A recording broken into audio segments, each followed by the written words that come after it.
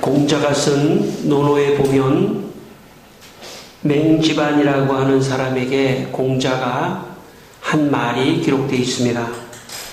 공자가 이렇게 말을 했습니다.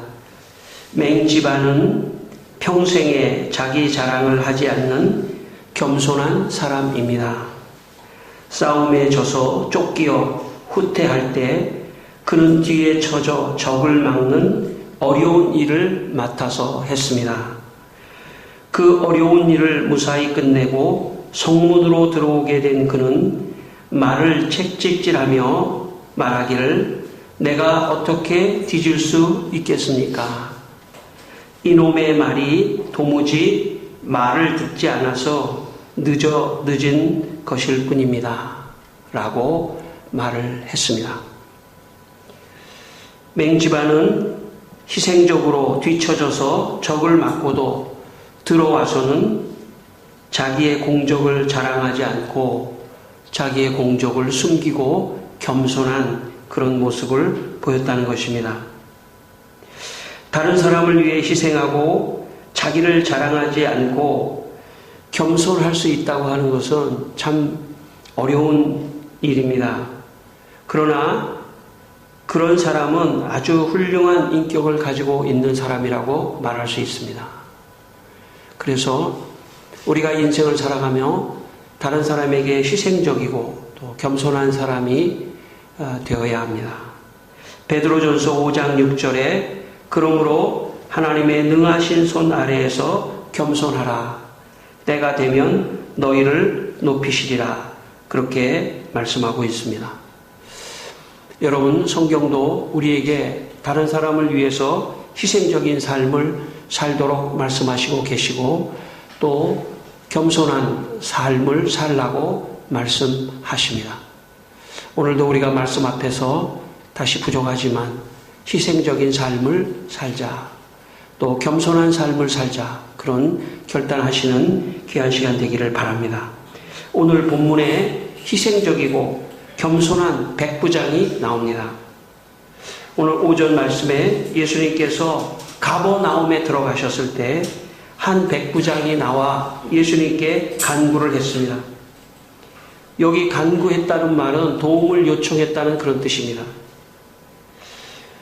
백부장은 당시의 로마 군인 장교였습니다. 당시의 이스라엘, 예수님이 속했던 이스라엘 나라는 로마의 지배를 받던 그런 나라였습니다. 그 로마의 지배를 받던 그런 나라의 백부장이라고 하는 사람은 굉장히 참 유대인의 입장에서 보면 굉장히 높은 사람입니다. 우리는 그런 경험을 하지 않았지만 저희 할머니 정도 저희 세대에 보면 옛날에 일제시대 때 참 일본 순사가 굉장히 무서운 그런 이야기를 저도 어려서 들었던 기억이 있습니다. 로마가 지배했던 그런 나라의 백부장은 높은 사람이고 그런 백부장이 예수님께 나와서 간구했다고 하는 것은 굉장히 겸손한 어떤 태도를 보인다고 말할 수 있습니다. 여기 6절에 보시면 우리 6절 말씀 한번 같이 다시 읽겠습니다. 6절 이르되 주여 내 하인이 중풍병으로 집에 누워 몹시 괴로워하나이다. 여기 주여라고 하는 말은 예수님을 주인으로 지금 말하는 것입니다. 저는 예수님 앞에서는 종입니다. 예수님은 주인입니다. 저의. 이런 표현도 겸손하지 않으면 할 수 없는 표현입니다. 그리고 또 여기에 보면 내 하인의 중풍병으로 지금 예수님에게 간구하고 있는 걸 볼 수 있습니다. 당시에 종은 어떤 사람이었냐면 가치가 없는 사람입니다. 종은 주인이 죽으라고 그러면 죽어야 되는 그런 아주 소모품적인 사람이 종입니다. 그런데 여기에 이 백부장이 이 하인의 몹시 중풍병으로 괴로워하고 있으니까 도와달라 이런 얘기를 했다는 것은 굉장히 참 인간적이고 희생적인 그런 백부장이라고 볼 수 있습니다. 여러분, 우리가 인생을 살아가면서 참 인간적인 사람, 따뜻한 사람, 또 희생적인 사람, 남을 배려할 수 있는 사람, 겸손한 사람, 이런 인격을 참 갖는 것은 굉장히 참 중요한 인격의 덕목입니다. 우리가 신앙생활을 한다고 하는 것은 이런 것을 회복하는 것이라고도 말할 수 있습니다. 우리가 다 부족한 사람들입니다. 과거에 우리는 지금도 마찬가지일지도 모릅니다. 다른 사람을 위해서 전혀 희생하려고 하지 않는 그런 이기적인 생각을 갖고 있는 게 우리의 실존일 수도 있습니다. 내가 아주 조금만 자랑하고 싶은 것이 있으면 다른 사람 앞에 가서 그것을 자랑하고 싶은 그런 어떤 겸손하지 못한 그런 것도 우리의 사실은 현실일 수도 있습니다. 그러나 오늘 우리가 다시 한번 하나님 앞에서 희생적인 사람이 좀 되자. 다른 사람을 배려하는 사람이 좀 되자. 겸손한 사람이 되자. 이렇게 좀 회개하는 마음으로 말씀을 우리가 함께 또 받기를 바랍니다. 제가 부목사 시절 함께 부목사를 하고 있었던 훌륭한 목사님이 계셨습니다. 그분은 저보다 선배이고 나이도 많으신 그런 분인데 제가 성경 공부반을 하나 인도하고 있었는데 그 반에 들어와서 성경을 공부를 하셨습니다. 저는 선배고 나이도 많고 그래서 제 강의를 듣는 것이 조금 불편했습니다. 그런데 그분은 겸손하게 매번 강의가 좋다고 저를 격려해 주시고 칭찬해 주시곤 했습니다. 선배 목사가 후배가 가르치는 성경 공부 시간에 들어와서 공부를 한다고 하는 것은 겸손하지 않으면 안 됩니다. 그런데 지금 와서 생각해 보면 그분은 겸손할 뿐만 아니라 나를 격려하고 축복하고 나를 도와주려고 자기의 시간을 희생하는 그런 훌륭한 분이었다고 생각합니다. 지금도 그분을 생각하면 겸손하신 분이 그분이었지. 그분의 겸손을 배우자. 그런 생각을 합니다. 자기를 낮추고 겸손한다는 것은 참으로 어렵습니다. 예수님을 믿고 나서도 가장 어려운 것이 있다면 겸손입니다.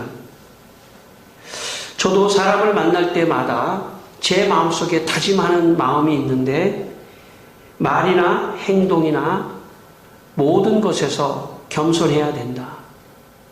겸손해야 된다. 그런 생각을 늘 저 자신에게 하곤 합니다.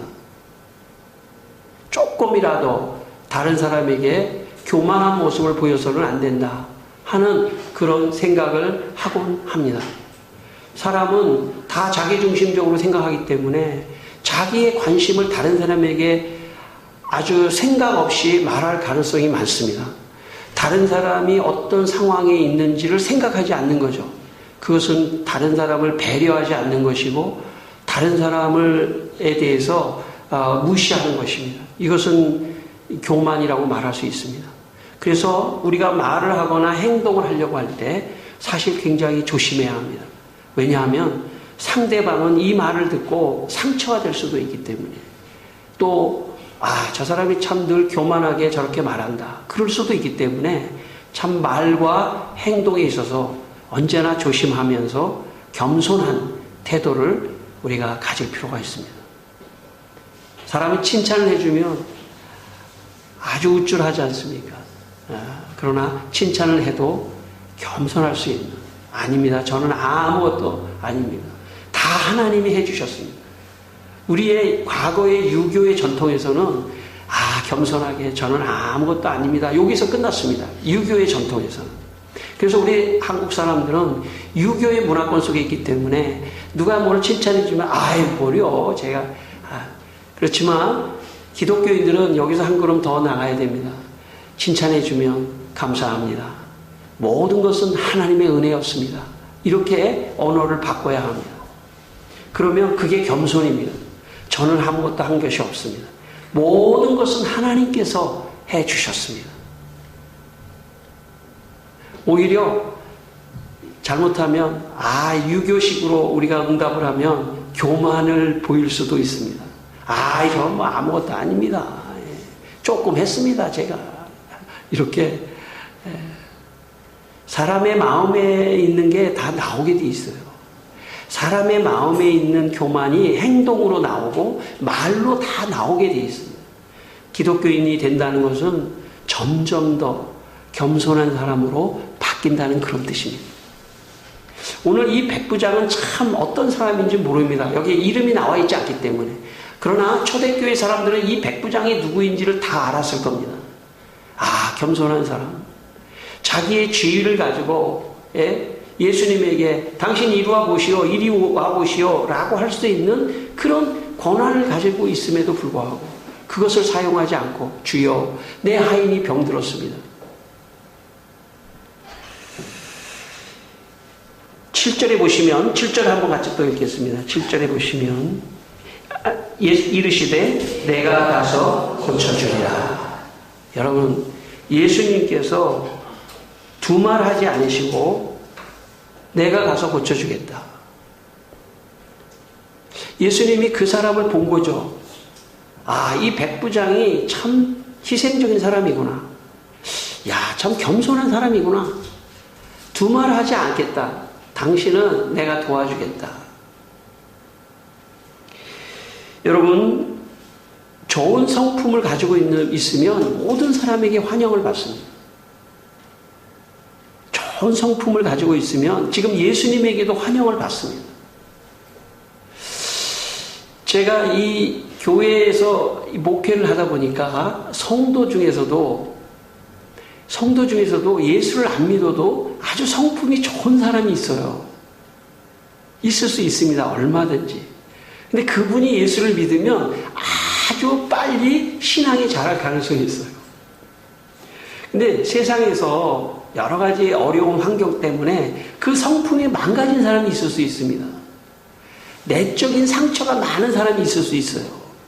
그런 분은 교회에 오시면 조금 늦을 수도 있습니다. 변화가. 왜냐하면 그게 빠져나가야 되기 때문에.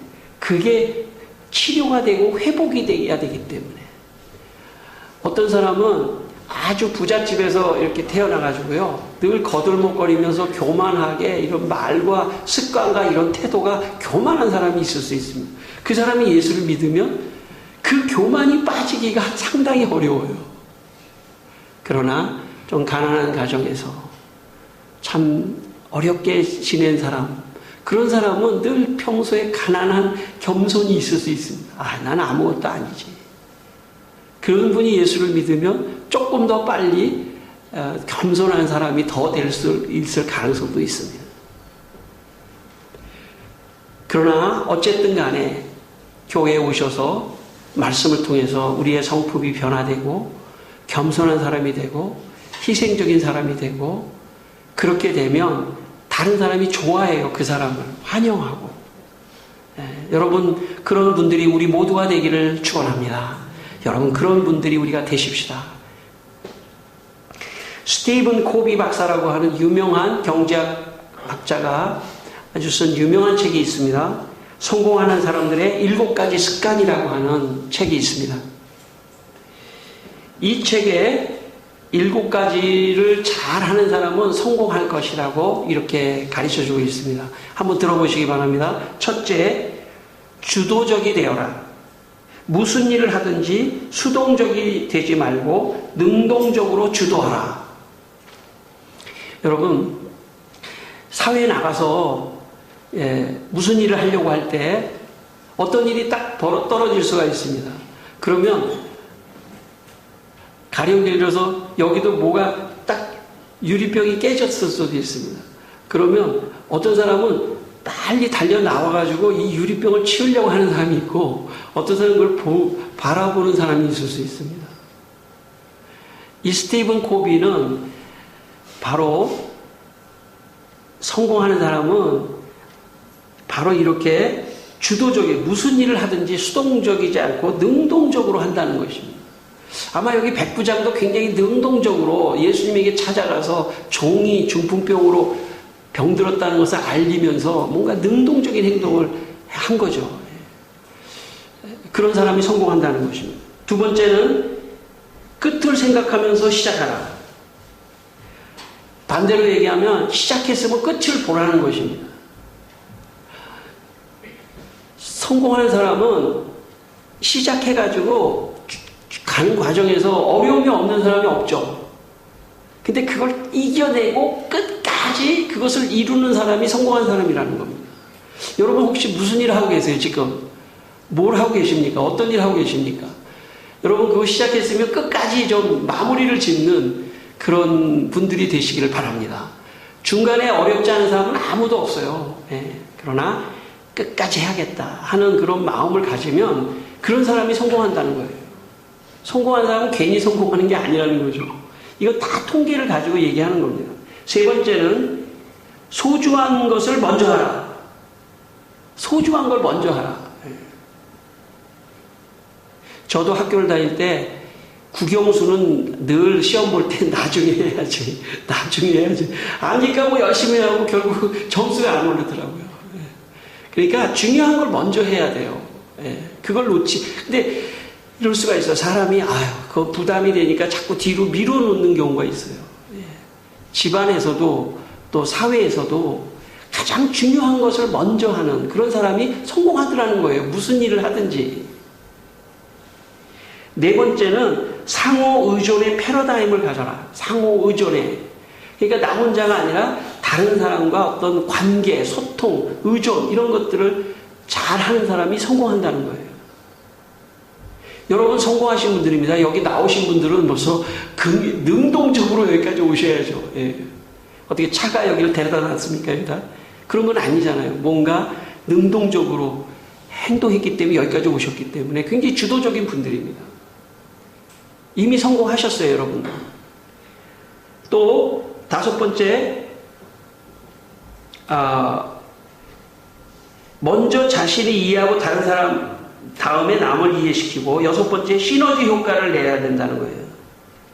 일곱 번째가 중요합니다. 제가 오늘 말씀드리려고 하는 일곱 번째, 끊임없이 자신을 쇄신하라.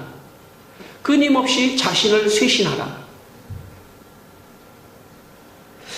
여러분, 사람은 끊임없이 자기를 쇄신해야만이 성숙하게 되어 있습니다. 여러분, 육체는 어느 정도까지 성숙하면 더 이상 성숙하지 않습니다.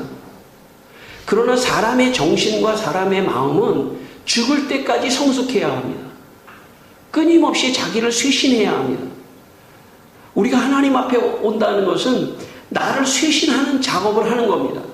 내가 지금까지 희생적이지 않았는데 조금 더 희생적인 사람이 돼야 되겠다. 지금까지 내가 겸손한 사람이 아니었는데 겸손해야 되겠다. 그런 생각을 해야 합니다. 사람은 자기보다 위에 잘난 사람하고 만나고 싶어 하지 않아요. 왜냐하면 자기보다 조금 못한 사람을 만나서 자랑하고 싶은 거예요. 자기가 그 사람에게 자랑하고 풀면서 어떤 희열을 느끼는 그런 사람은 성숙한 사람이 아닙니다. 자기보다 못한 사람을 만나서도 더 자신이 겸손하게 되어서 상대방을 이렇게 존중해 줄 수 있는 그 정도 인격이 되는 것이 훌륭한 성품을 가진 훌륭한 인격의 사람입니다. 예수를 믿는다는 것은 바로 그런 사람이죠. 자신을 쇄신하고 겸손하게 해서 그렇게 하면 사회생활을 하면서도 그 사람 굉장히 좋아해요.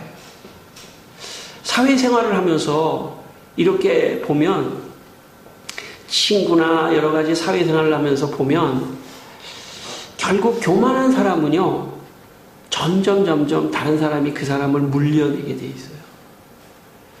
겸손한 사람을 좋아하게 돼 있어요.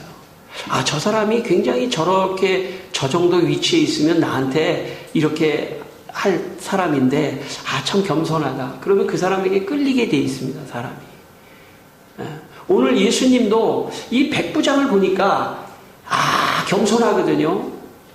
보통 아주 어떤 여자가 혹은 아주 뭐 혈루병 걸린 여자가 예수님에게 발을 붙잡고 나 좀 도와주십시오 하는 그런 상황이 아니에요. 얼마든지 자기 위치와 지위가 높은데 그걸 낮추어가지고 이렇게 하는 그런 사람이 굉장히 참 예수님 볼 때 좋아 보이는 거죠. 제가 부목사를 하고 있을 때 모 교회에서 아주 정말 제가 말한 우리나라에서 한 두세 번째 끼는 그 회사에 사장님이 있었어요. 계셨어요. 근데 그 사장님이 장로님인데 그렇게 겸손하신 거예요. 그래서 내가 처음에는 이분이 뭐 하시는 분인지 몰랐어요. 알고 봤더니 정말 우리나라에 한 두세 손가락에 끼는 회사의 사장님이세요. 그런데 너무 겸손하신 거예요. 이야, 어떻게 이렇게 될 수 있었을까? 그것은 예수님 믿었기 때문이에요. 예수님의 가르치신 겸손한 예수님, 그 모습을 마음에 담았기 때문에 자기가 이렇게 사회적으로 훌륭한 그런 회사의 사장이라도 그것을 내세우지 않는 거죠. 그래서 그 기업에 수많은 사람들이 원래 자기 사장님이 가면은 뭐 좀 아부하기 위해서 그 교회 나온 사람들이 있긴 하지만 제가 이렇게 만나보면은요, 그 사장님을 존경해서 오는 사람들이 많이 있었어요. 여러분, 다 잘 되시기를 원합니다. 우리 창목교회 모든 성도들의 자녀와 모든 분들 다 성공하게 되기를 바랍니다. 성공 안 하고 싶습니까? 성공하게 되기를 바랍니다. 그러나 진짜 성공은 뭐냐면 잘 돼서도 자기를 낮추고 하나님께 영광을 돌리는 사람이 진짜 성공한 사람입니다. 사회에서 무슨 지위를 얻고 그런 게 성공한 게 아닙니다. 우리에게 기준은 정말 겸손하게 또 하나님께 영광을 돌리고 다른 사람 앞에서도 자기를 낮추고 겸손할 수 있는 그런 사람이 참 훌륭한 사람입니다. 또 한 사장님을 제가 소개하려고 합니다. 그 사장님도 아주 큰 기업의 사장님인데 제가 부목사로 있으면서 저분은 왜 항상 좀 너무 뻣뻣하게 다닌다 이렇게 생각했습니다. 아마 자기 습관이죠, 그 사람이. 근데 그분이 시간이 지나면서 처음에 교회를 나올 때는 완전히 자기가 사장이에요. 모든 사람 부하예요. 부목사도 자기 무슨 과장밖에 안 된다고 생각하는 건지. 근데 세월이 계속 지나가면서 그분이 은혜를 받으니까 말이죠, 겸손한 사람이 되더라고요. 겸손은 어디서부터 나오는 거냐면 내가 지금 이룬 모든 것은 내가 한 것이 아니고 전적으로 하나님의 은혜였다는 것을 깨닫는 순간 겸손해질 수 있는 겁니다. 사람은 내가 노력해서 한 거지 하는 순간에 절대 겸손해질 수가 없어요. 다른 사람을 만나면 자랑하고 싶고 만나는 이유는 자랑하고 싶은 거예요. 밥을 사주는 이유도 자랑하고 싶은 거고. 그러나 모든 것은 하나님의 은혜였습니다 하는 사람만이 겸손할 수 있는 것입니다. 하나님을 만나는 사람만이 겸손할 수 있는 것입니다. 전 여러분이 하나님을 만나고 겸손한 분들이 되시기를 축원합니다. 여러분, 오늘 8절에 예수님께서 8절 한번 또 같이 한번 읽어볼까요? 8절에 같이 한번 읽겠습니다. 백부장이 대답하여 이르되 주여 내 집에 들어오심을 나는 감당하지 못하겠사오니 다만 말씀으로만 하옵소서. 그러면 내 하인이 낫겠사옵나이다. 아멘. 여러분, 예수님이 백부장을 볼 때 이 사람 희생적이고 겸손한 사람이다. 그래서 두말하지 않고 가겠다 했더니 이 백부장이 한술 더 뜹니다. 예수님, 안 가셔도 됩니다. 여기서 말씀만 하십시오. 나도 종을 부리는 사람인데 내가 말 한마디만 하면 이렇게 가고 저렇게 가고 다 합니다. 예수님, 불필요하게 우리 집에 가실 필요도 없습니다. 여기서 하이나 병에서 나아라 이렇게 한마디만 해주십시오. 그러면 우리 하인이 나을 줄 믿습니다. 그랬더니 예수님이 깜짝 놀라시면서 10절에 보니까 예수께서 들으시고 놀랍게 여겨 따르는 자들에게 이르시되 내가 진실로 너희에게 이르노니 이스라엘 중 아무에게서도 이만한 믿음을 보지 못하였노라. 예수님마저 깜짝 놀랐어요. 야, 인격만 훌륭한 줄 알았더니 신앙이 더 훌륭하네. 말씀 한마디만 하시면 기적이 일어날 거라고 그렇게 말하는 그런 바로 이 백부장의 믿음을 보시고 예수님이 놀라시고 칭찬을 해주셨습니다. 저는 우리 모두가 다 훌륭한 인격뿐만 아니라 그 인격을 넘어서서 훌륭한 믿음의 사람들이 되기를 바랍니다. 예수님 한 말씀만 하시면 우리 가정은 회복됩니다. 예수님 한 말씀만 하시면 우리 자녀 하나님 길이 열립니다. 하나님 한 말씀만 하시면 내가 하는 사업도 내가 하는 생각하는 모든 것도 됩니다. 한 말씀만 하십시오. 해주십시오. 라는 믿음으로 사는 것이 그리스도인입니다. 저는 여러분의 마음에 이런 믿음이 있기를 바랍니다. 백부장같이 말씀만 해주십시오. 주님께서는 능치 못할 일이 없습니다. 한 말씀만 해주십시오. 내가 지금 하는 이 모든 일에 잘 되라 이렇게 한 말씀만 형통할지어다 한 말씀만 해주십시오. 그런 문제는 풀립니다. 주님 제 문제가 너무나 복잡합니다. 그러나 한 말씀만 해주십시오. 그런 믿음을 우리가 다 갖고 있으면 주님이 기뻐하시고 주님이 우리를 축복하실 줄 믿습니다. 작년 11월에 제가 어느 교회에 가서 부흥회를 했습니다. 부흥회를 마치고 닭가를 하는 시간에 어느 권사님이 간증을 하셨습니다. 제가 그 전해에도 가서 부흥회를 했었는데 그때 제가 설교 시간에 설교를 하다가 여러분 아픈 곳에 손을 얹고 기도하시면 하나님께서 치유해 주십니다. 그렇게 제가 말을 했다고 합니다. 그래서 그 권사님이 자기 무릎에 연골이 안 좋아가지고 약을 계속 먹고 있었는데 거기다 손을 얹고 그 말씀을 마음에 진심으로 믿고 기도를 했답니다. 그래서 이제 이 집회를 마치고 집을 가는데 안 아프더래요. 평소에 이렇게 좀 아팠는데. 그리고 약을 먹었었는데 안 아프니까 그 이후로 1년 동안 약을 끊었답니다. 그리고 제가 다시 온 거예요. 그 자리에 1년 만에. 그런데 이 권사님이 그런 간증을 하셨습니다. 제가 하나님께서 하셨습니다. 모든 영광을 하나님께 돌리십시오. 그러면 권사님 아픈 걸 계속해서 하나님이 안 아프게 지켜주실 것입니다. 여러분 교회는 놀라운 곳이에요. 이 교회는 하나님이 역사하는 곳입니다. 이 예배 시간에 하나님이 축복하시는 시간입니다. 그렇게 믿게 되시기를 바랍니다. 예배 시간에 마음의 치료를 해주시는 시간이고요. 예배 시간에 여러분의 육체도 고쳐주시는 시간이고 우리의 정신도 고쳐주시는 시간이고 놀라우게 우리에게 축복을 주시는 시간입니다. 우리에게 믿음을 주시고 그러므로 여러분 이 예배는 이 세상 속에 공간의 시간 속에 있지만 이 시간은 하늘의 시간이며 놀라운 축복을 받는 시간이라는 것을 여러분 믿게 되시기를 바랍니다. 그리고 믿음으로 말씀을 받고 아멘 나도 그렇습니다. 주님 말씀해 주십시오. 그 말씀 한마디가 내 삶을 다 고치고 내 삶의 기적을 일으킬 줄 믿습니다 하는 그런 마음으로 여러분 나오시기를 바랍니다. 지금 여러분의 모습은 여러분의 모습이 아닙니다. 주님께서 축복하시는 모습을 보게 되기를 바랍니다. 지금 내 모습을 보지 마십시오. 내 형편없는 모습을 보지 마시고 하나님이 나를 축복하신다.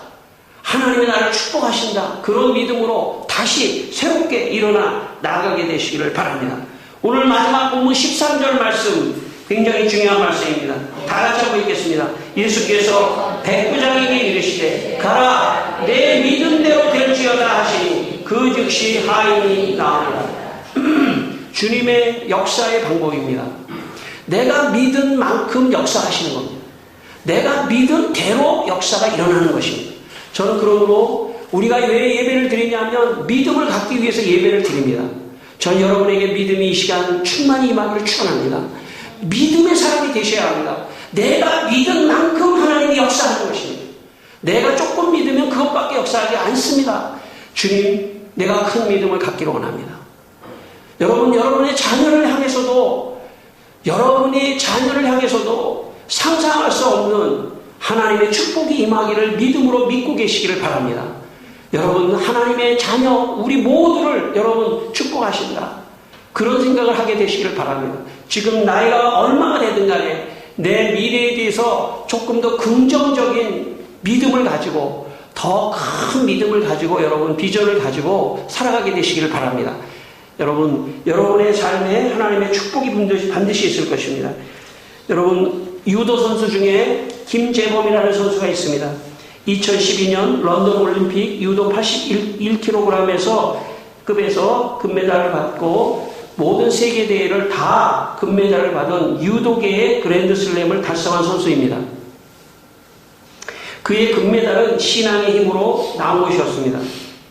시합에 나가기 전에 그는 기도를 하고 금메달을 받을 때 하나님께 영광을 돌렸습니다. 말로 할 수 없으니까 항상 그는 유도에서 이기고 메달을 받을 때 하나님께 영광을 돌리는 그런 사람이었습니다. 2012년 런던 올림픽에 나가기 전에 온몸에 성안대가 없을 정도로 부상이 심하고 왼쪽 손가락 인대가 끊어져 손가락이 굽혀지지 않는 정도였습니다. 어깨와 팔꿈치는 수술을 해야 하는 상황이고 왼쪽 무릎까지 다쳐서 기술을 걸지 못할 정도였습니다. 6급 장애로 판정을 받았음에도 신앙의 힘으로 출전하여 금메달을 땄습니다. 김재범 선수는 휴대폰에 하루 4차례 알람을 맞춰두고 기도를 하면서 훈련을 했다고 합니다. 그는 말하기를 대회 출전은 선교요, 대회에 임하는 것은 예배다 라고 생각을 하며 진지하게 언제나 자기가 출전해서 금메달을 받으면 그게 하나님께 영광을 돌리면 전 세계에 선교하는 것이라고 생각했던 것입니다.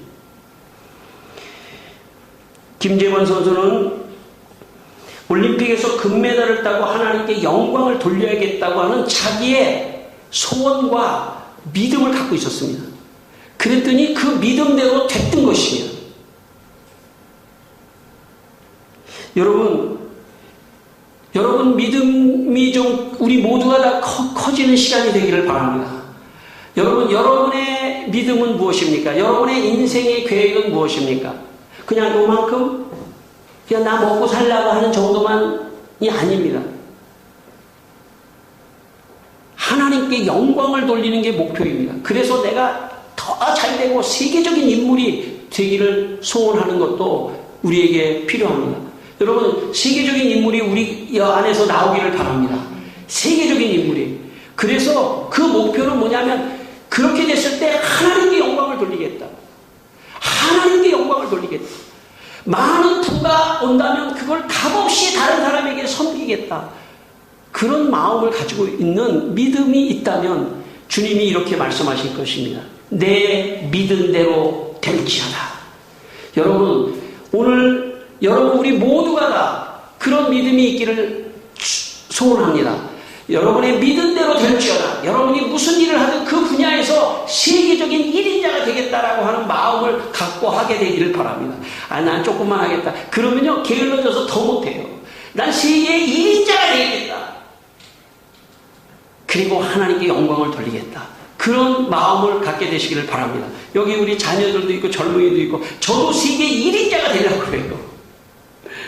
제 분야에서. 그렇게 합니다. 여러분도 여러분의 분야에서 최고가 되어야 되겠다. 세계 최고가 되어야 되겠다 하는 마음에 오늘 그런 마음을 한번 우리가 가져봅시다.